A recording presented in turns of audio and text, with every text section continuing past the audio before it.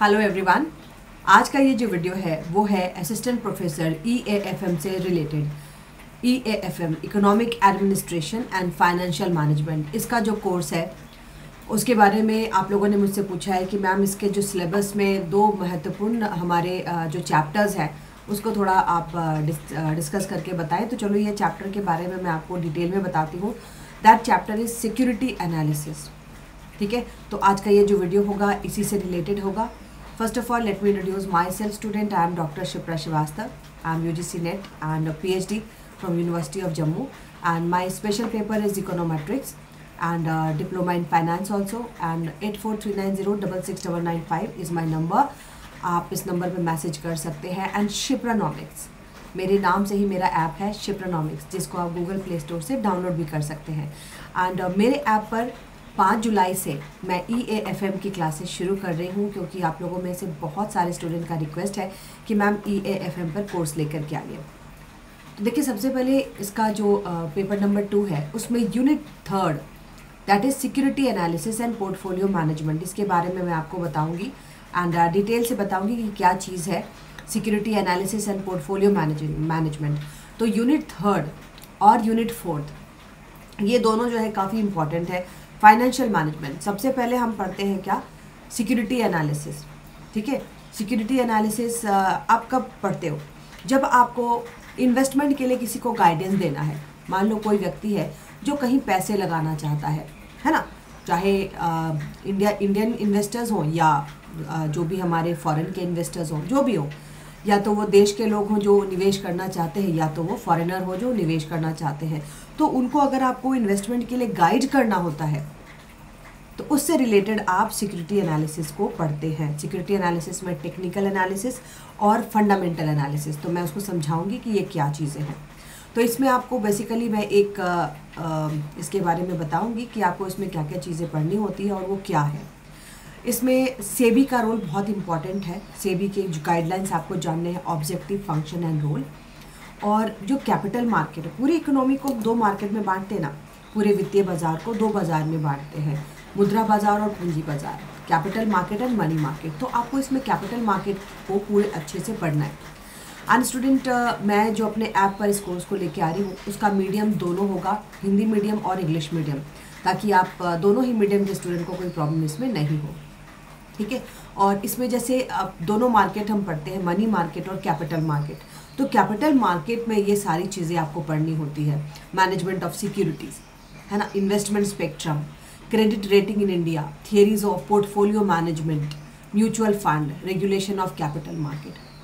और इसके बाद आप आ जाते हो फाइनेंशियल मैनेजमेंट, कि भाई फंड का जो फंड फ्लो और कैश फ्लो है उसकी एनालिसिस हम करते हैं, है ना। जैसे किसी भी कंपनी के लिए कैश फ्लो बड़ा इंपॉर्टेंट होता है। कैश फ्लो मतलब कि उस कंपनी की वाइबिलिटी को दिखाता है कि वो कंपनी, उस कंपनी के पास कितना पैसा है। अगर वो कंपनी रिसर्च एंड डेवलपमेंट पे खर्च करना चाहती है तो ये इसके कैश फ्लो से पता चल जाएगा। अगर वो कंपनी कहीं किसी और कंपनी के साथ मर्ज करना चाहती है तो उसके लिए भी उसको पैसे चाहिए, वो भी उसके कैश फ्लो से पता चल जाएगा। ठीक है, तो cash flow, fund flow, ratio analysis, working capital management, इन सबको हम इसमें पढ़ते हैं। तो आज मैं आपको बता रही हूँ सिक्योरिटी एनालिसिस। ठीक है, सिक्योरिटी एनालिसिस जैसा मैंने आपको बताया कि किसी भी कंपनी को, अब किसी भी इन्वेस्टर को अगर कहीं इन्वेस्ट करना है, अपने पैसे कहीं लगाने हैं, तो वो क्या देखेगा, सिक्योरिटी देखेगा कि भाई मेरे जो पैसे मैं लगा रहा हूँ वो कितना सिक्योर है ना। अच्छा, हम किसी कंट्री में भी पैसे लगाने जाते हैं, मान लो आप अपनी पैसे को अगर आपने यूक्रेन में लगाया होता, तो जैसे ही रूस यूक्रेन का वॉर शुरू हुआ तो जो इन्वेस्टर्स हैं उनको तो काफ़ी लॉस भी हुआ होगा। तो ये सारी चीज़ें एक इन्वेस्टर्स को देखनी पड़ती है कि वो जो अपना पैसा लगा रहा है उसकी सिक्योरिटी का वो एनालिसिस करना चाहता है और एडवाइस लेना चाहता है कि मैं अपने पैसे को किस तरीके से लगाऊं। तो देखो, सिक्योरिटी एनालिसिस में हम 2 चीज़ें बताते हैं। एक हम बताते हैं टेक्निकल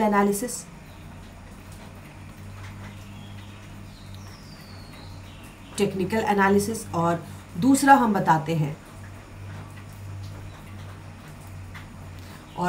बताते हैं फंडामेंटल एनालिसिस। तो सबसे इम्पॉर्टेंट क्या है सबसे इम्पॉर्टेंट है फंडामेंटल एनालिसिस। टेक्निकल एनालिसिस भी इम्पॉर्टेंट नहीं, अपने आप में एक बहुत बड़ा चैप्टर है। फंडामेंटल एनालिसिस क्या होता है? फंडामेंटल एनालिसिस में हम 3 चीज़ें किसी भी इन्वेस्टर्स को बताते हैं।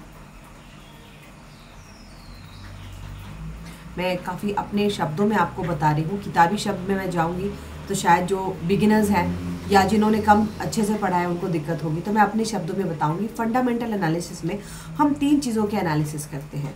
सबसे पहले हम अर्थव्यवस्था के एनालिसिस करते हैं,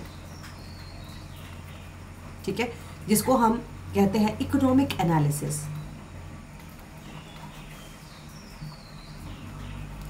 दूसरा जो है हम उद्योग का एनालिसिस करते हैं, जिसको हम कहते हैं इंडस्ट्री एनालिसिस। और तीसरा हम क्या करते हैं? तीसरा हम करते हैं किसी भी कंपनी का एनालिसिस, उसको कहा जाता है कंपनी एनालिसिस, ठीक है। तो ये तीनों एनालिसिस करने की क्या ज़रूरत है? ज़रूरत इसलिए है क्योंकि हमारा पैसा हमारी सेविंग है, हम कहीं लगाना चाह रहे हैं, किसी देश में लगाना चाह रहे हैं या अपनी अर्थव्यवस्था में लगाना चाह रहे हैं। हमें कुछ चीज़ें क्लियर होनी चाहिए। क्या चीज़ें क्लियर होनी चाहिए? सबसे पहले हम अपना पैसा जहाँ लगा रहे हैं वो उद्योग कैसा है। अगर हम अपना पैसा किसी देश में लगाना चाह रहे हैं तो उस देश की अर्थव्यवस्था कैसी है, और जिस कंपनी में हम पैसा लगाना चाह रहे हैं उस कंपनी का नेचर कैसा है। तो ये तीनों चीज़ें एक निवेशक के लिए बहुत इम्पॉर्टेंट होती है, और इसलिए सिक्योरिटी एनालिसिस का चैप्टर हम पढ़ते हैं। अगर मैं बात करूं इकोनॉमिक एनालिसिस, या अर्थव्यवस्था की एनालिसिस, तो इसमें आप अगर एक एनालिस्ट हो, मान लो आपने CFA की डिग्री ले रखी है, आप you are a chartered financial analyst, आपके पास कोई भी आता है और ये जानना चाहता है कि हम अपने पैसे को अगर किसी देश में लगाना चाह रहे हैं तो लगाएं या नहीं, तो आप उसको किस तरीके से सलाह दोगे?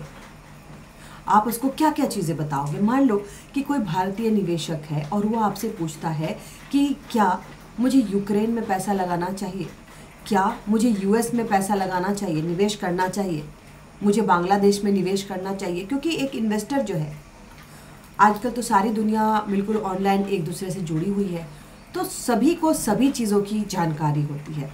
तो पहली जानकारी आप उसको क्या देना चाहोगे?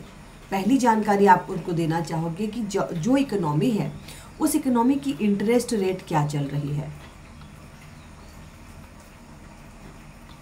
ना। जो इकोनॉमी है उस इकोनॉमी की सूद की दर क्या है, इंटरेस्ट रेट क्या है, repo rate, reverse repo rate, जो भी है। तो इंटरेस्ट रेट आप पहले बताना चाहोगे।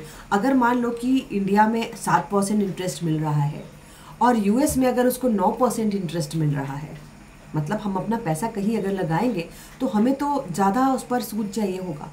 तो किसी भी इन्वेस्टर को आप पहले एनालिसिस क्या करके दोगे कि आप जिस दूसरे देश में पैसा लगाना चाह रहे हो उस देश की इंटरेस्ट रेट क्या है। अगर दूसरे देश में इंटरेस्ट रेट कम है तो अपने देश में पैसा लगा लो, अपने देश में इंटरेस्ट रेट कम है तो दूसरे देश में पैसा लगा लो। तो ये सबसे इम्पॉर्टेंट होता है, जो कि आप हम मॉनेटरी में मंडल फ्लेमिंग मॉडल में भी ये चीज़ पढ़ते हैं कि जो निवेशक है वो कंपेयर करता है। सबसे पहला क्या कंपेयर करेगा? इंटरेस्ट रेट क्या है। और क्या चीज़ें हैं जो हम कंपेयर कर सकते हैं, और क्या चीज़ें जो हमें जाननी चाहिए इकोनॉमिक एनालिसिस के लिए, इकोनॉमी के एनालिसिस के लिए। तो दूसरी चीज़ है इन्फ्लेशन। इन्फ्लेशन क्या है? General level of increase in prices, है ना। जब कीमतें जो हैं, सामान्य कीमतें जो हैं बढ़ती रहती है, और जब कीमतें बढ़ती हैं तो रुपये की वैल्यू क्या होती है? घटती रहती है। तो हम सबसे पहले अर्थव्यवस्था में बताना चाहेंगे कि भाई इन्फ्लेशन कितना है। अगर इन्फ्लेशन बहुत ज़्यादा है, उस अर्थव्यवस्था में आप पैसे लगाते हो तो पैसे की वैल्यू घट जाएगी। अपनी भी कंट्री का अगर इन्फ्लेशन रेट हम देखते हैं तो हम ये बताना चाहेंगे कि RBI ने 4+-2% इन्फ्लेशन रेट का टारगेट रखा था, और उस टारगेट को निभाने की RBI पूरी कोशिश कर रही है। तो ये एक पिक्चर देता है कि भाई हमारे देश की मौद्रिक अर्थव्यवस्था कैसी है, हमारा कंट्रोलर कैसे हैं, विनियामक जो कहते हैं केंद्रीय बैंक को, वो किस तरीके से काम कर रहा है। तो भारत में पैसे लगाना सेफ है या नहीं। इसी तरीके से US और भी जो भी कंट्रीज़ है वहाँ की भी इन्फ्लेशन की रेट हमें देखनी चाहिए।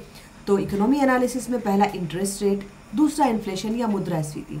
इसके अलावा आप और क्या बताना चाहोगे? आप बताना चाहोगे भाई बजट कैसा है। फरवरी में हमारा बजट आया तो उसमें तो दिख जाता है कि बजट में उद्योग के लिए क्या क्या चीज़ें लाई गई हैं। उद्योगों के लिए लुभावना बजट है या उद्योगों पर करारोपण बढ़ाया गया है, कॉरपोरेशन टैक्स ज़्यादा किया गया है, कॉरपोरेशन टैक्स कम किया गया है। तो ये भी आप एक निवेशक को बताना चाहोगे कि जो बजट आया है, बजट के अकॉर्डिंग अगर आप इंडिया में निवेश करते हो अपने पैसों को, तो यहाँ पर उद्योग की हालत क्या होगी। और अगर आप किसी और कंट्री से कंपेयर करते हो तो आप बता सकते हो कि आपके लिए सेफ क्या होगा, आपके लिए अच्छा क्या होगा, आप अपने पैसे को कहाँ लगाएं। ठीक है। और आप क्या बताना चाहोगे किसी निवेशक को? बैलेंस ऑफ पेमेंट की कंडीशन, है ना, भुगतान संतुलन कैसा है, किसी भी कंट्री का भुगतान संतुलन कैसा चल रहा है, घाटे में चल रहा है, फायदे में चल रहा है। तो ये भी हम एक निवेशक को बताना चाहेंगे।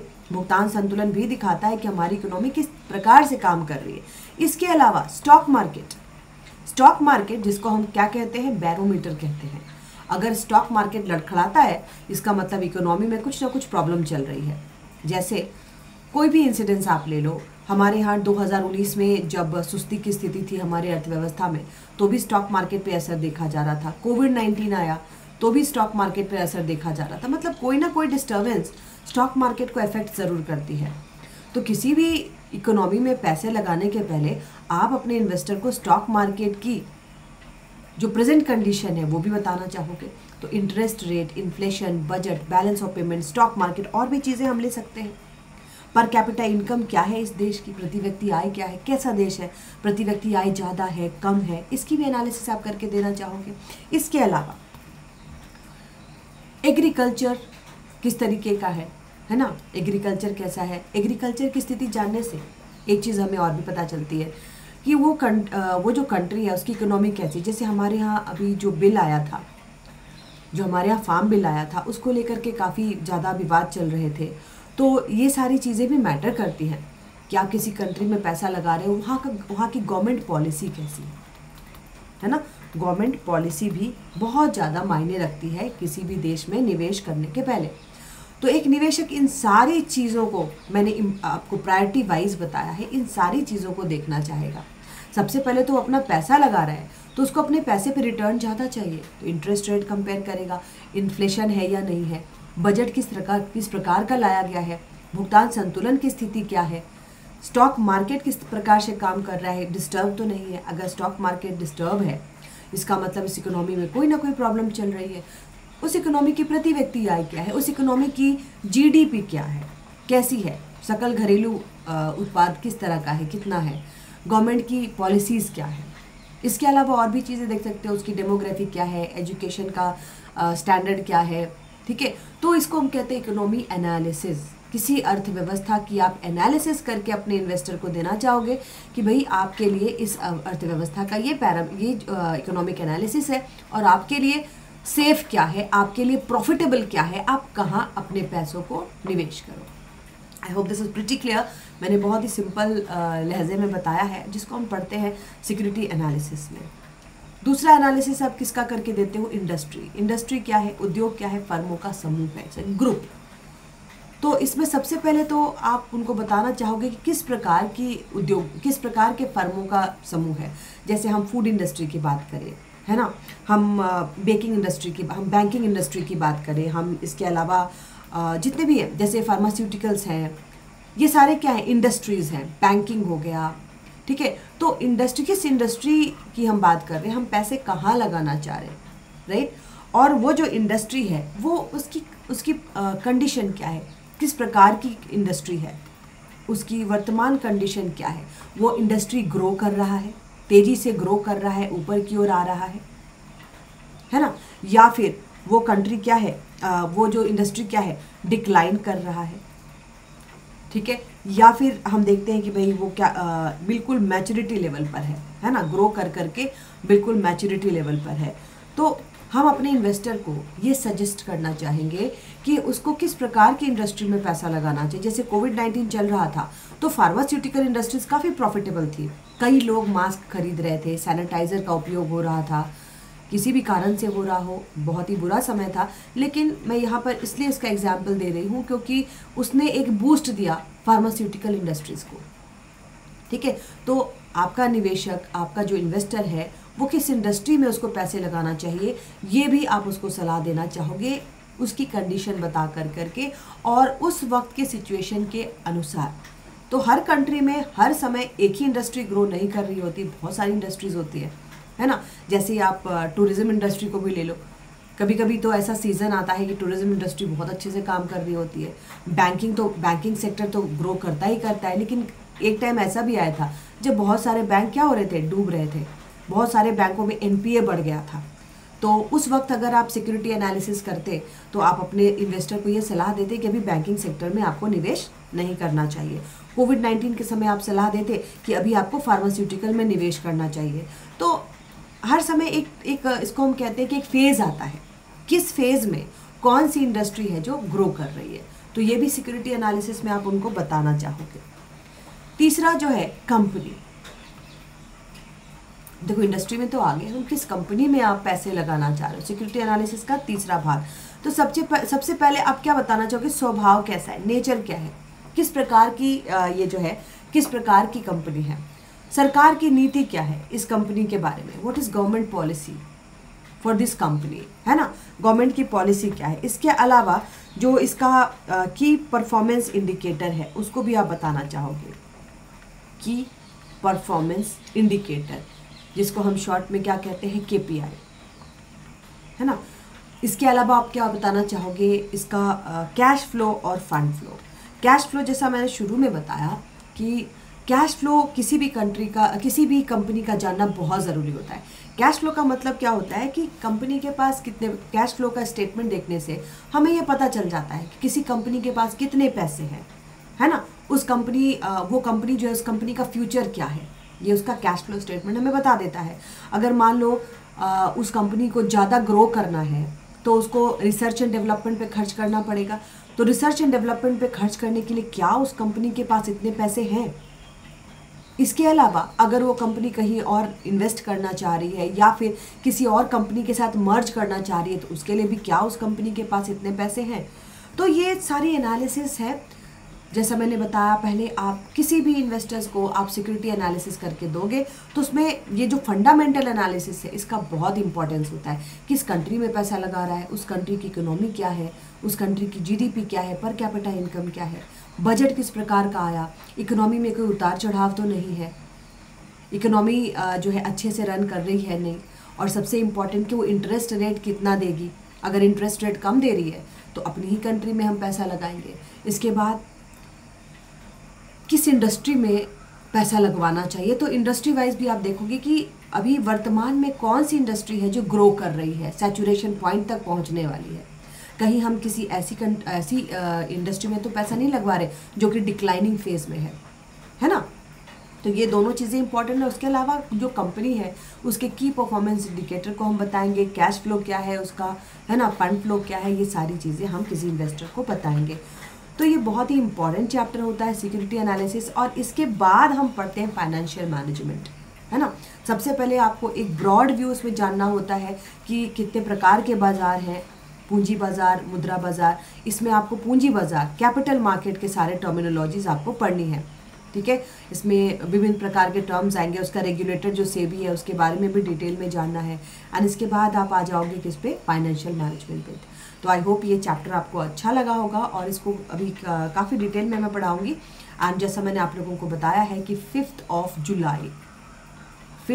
जुलाई से इसका कोर्स जो है EAFM, राजस्थान का जो कोर्स है EAFM, इसकी क्लासेस मेरे ऐप शिप्रानॉमिक्स पर स्टार्ट होने वाली हैं, ठीक है। और ये जो क्लासेस होंगी स्टूडेंट, ये क्लासेस मॉर्निंग में होंगी। और इसके अलावा अगर आप लोग जिस तरीके की आप लोगों की शेड्यूल होती है, मॉर्निंग ऑब्लिक मैं इवनिंग लिख देती हूँ, जिस प्रकार का आप लोगों का शेड्यूल होगा उसको हम मोल्ड कर लेंगे। टाइम का ऐसा कोई हार्ड एंड फास्ट नहीं है। एंड इसमें जो लैंग्वेज यूज़ होगा हिंदी प्लस इंग्लिश, क्योंकि देखो बहुत सारे ऐसे वर्ड होते हैं जिनको प्रॉपर हिंदी में रट पाना, समझ पाना मुश्किल होता है। और ख़ासकर जब हम बिजनेस मैनेजमेंट पढ़ते हैं, तो इन सभी के लिए थोड़ा सा इंग्लिश का टच रहना ज़रूरी है। तो ये दोनों ही मीडियम में मैं कराऊंगी। एंड जो PDF होंगे आप हिंदी और इंग्लिश में होंगे, लेकिन वे मोड ऑफ कम्युनिकेशन जो होगा वो हिंदी होगा। एंड स्टूडेंट, इसकी लाइव क्लासेस मैंने आपको बताया 5 जुलाई से स्टार्ट है। एंड इसके लिए आपको क्या करना है, जस्ट डाउनलोड माय ऐप शिप्रानॉमिक्स, और मेरा ऐप आपको गूगल प्ले स्टोर पर उपलब्ध है। तो आज के लिए इतना ही स्टूडेंट, एंड आई होप आपको ये सिक्योरिटी एनालिसिस समझ में आई होगी। तो wish you all the best जो भी आप लोग तैयारी कर रहे हैं। एंड आज के लिए इतना ही। Thank you so much, bye bye.